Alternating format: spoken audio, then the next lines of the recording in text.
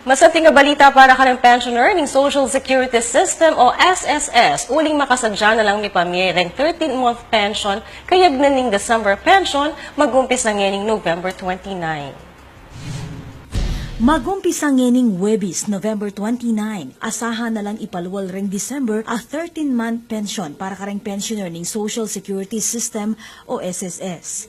Itiimpe pa siya ng SSS President at Chief Executive Officer Emmanuel Dook nung nukarin tuklo kingalos 22 billion pesos.